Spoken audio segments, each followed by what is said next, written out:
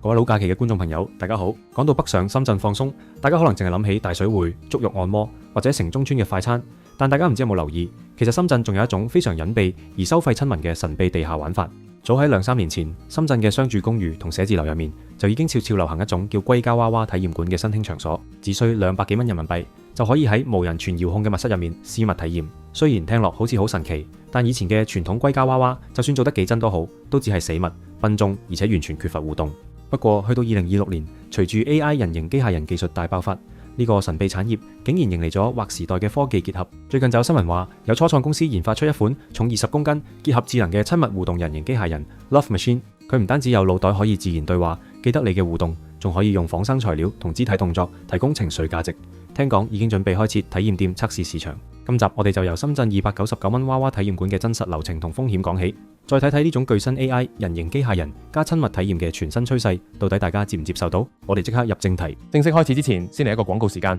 男人去到某個年紀，工作忙、壓力大，又成日捱夜，有時狀態真係未必次次都咁穩定，所以親密關係入面有準備，真係會安心好多。今次介紹呢支荷蘭 Copaco XXL Cream 黃金乳霜，主打男士親密前愛用保養。老小編自己都有事，每日沖涼後用大約5毫子份量，輕輕塗抹同按摩至吸收，用法簡單，質地幾易推開，唔發熱，同埋吸收都幾自然。作為日常男士保養或者親密前準備都幾方便。連續用咗1個月左右，自己多咗一個保養習慣。最明顯感覺就係發現勤力保養係真係有分別嘅。推薦俾咁多位，每日使用做足護理，喚醒細胞，提升活力，仲要關頭就冇咁尷尬，重拾自信魅力，關係自然 up。而家 HKTV Mall 同 Foodpanda Mart 都有售，第一次可以先試一支，用到1個月左右。如果想認真保養，可以考慮3支裝，3個月1個完整保養週期。而家仲有3支優惠，有興趣就去 HKTV Mall 揾揾。先同大家拆解一下早2年喺深圳同內地爆紅嘅硅膠娃娃體驗館到底係點樣運作。1、營運模式與進出流程。呢類體驗館多數極度隱蔽，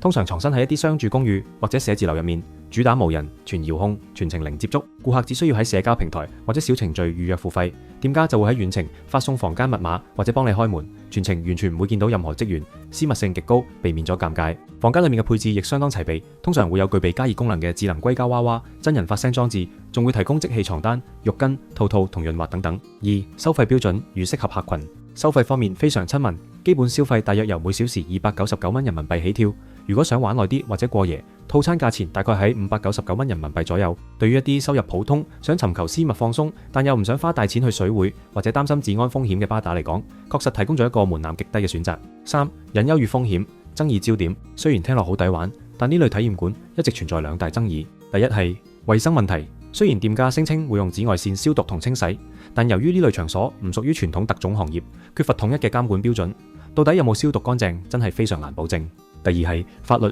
與道德灰色地帶，因為內地針對賣淫嫖娼嘅法規，主要針對自然人，硅膠娃娃喺法律上唔算人類，所以店家一直游走喺灰色地帶，但間中亦會因為涉嫌違反公序良俗或者消防問題而被突擊查封。傳統嘅硅膠娃娃雖然便宜，但死板、笨重、冇溫度，始終係佢嘅最大致命傷。不過去到2026年，隨住 AI 具身智能同仿生材料技術嘅狂飆，呢個行業終於迎嚟咗革命性嘅升級。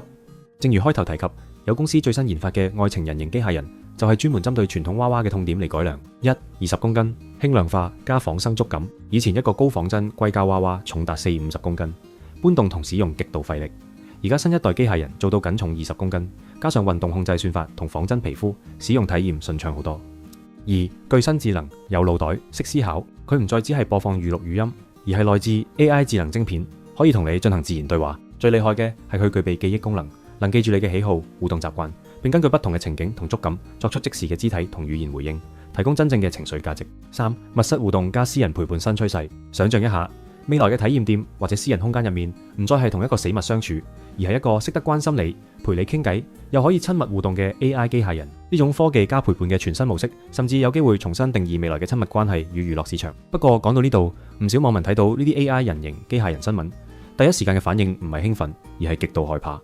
喺討論區留言入面，最多人擔心嘅，居然係一個好現實但又好驚悚嘅問題。呢啲 AI 機械人會唔會喺進行緊親密活動嘅時候，突然之間智能叛變？想象一下，萬一機械人系統突然輕機、程式 bug 咗，甚至好似未來戰士咁突然誕生，自我意識叛變，喺最關鍵、最脆弱嘅時刻，如果佢個動力系統突然失控或者過度施力，隨時會引發夾斷或者嚴重受傷嘅致命意外。就算唔係智能叛變，淨係斷電、機身過熱或者機械關節卡死呢類物理故障，都足以令到體驗者留下終身嘅心理陰影。除咗物理上嘅安全隱患之外，另一個讓唔少巴打退避三舍嘅致命原因，就係極度嚴重嘅私隱問題。大家諗下，要做到一個識得記住你喜好、能進行自然互動嘅 AI 人形機械人，佢機身上同密室入面必然配備咗大量嘅高畫質鏡頭、高清收音咪，以及即時上傳雲端嘅 AI 數據處理系統。呢個就衍生出幾個極度恐怖嘅私隱風險。第一，數據會否被偷錄或流出？如果系統被黑客入侵，或者雲端伺服器洩漏，你喺密室入面最私密、最赤裸嘅畫面同聲音，隨時會被全程直播或者流傳網絡，變成高科技版嘅偷拍事件。第二，商家會唔會暗中收集個人喜好數據？你嘅對話內容、身體、特質甚至特殊偏好，會唔會被商家轉手賣俾第三方廣告商？所以喺私隱同安全問題未得到100%嚴格加密同法律監管之前，即使科技再吸引，相信唔少人都仲係會有所顧忌，唔敢輕易去體驗。總結嚟講，由早幾年平價但死板嘅299蚊硅膠娃娃體驗館，到今日具備 AI 腦袋、有溫度互動嘅親密人形機械人，科技發展嘅速度真係快到嚇親人。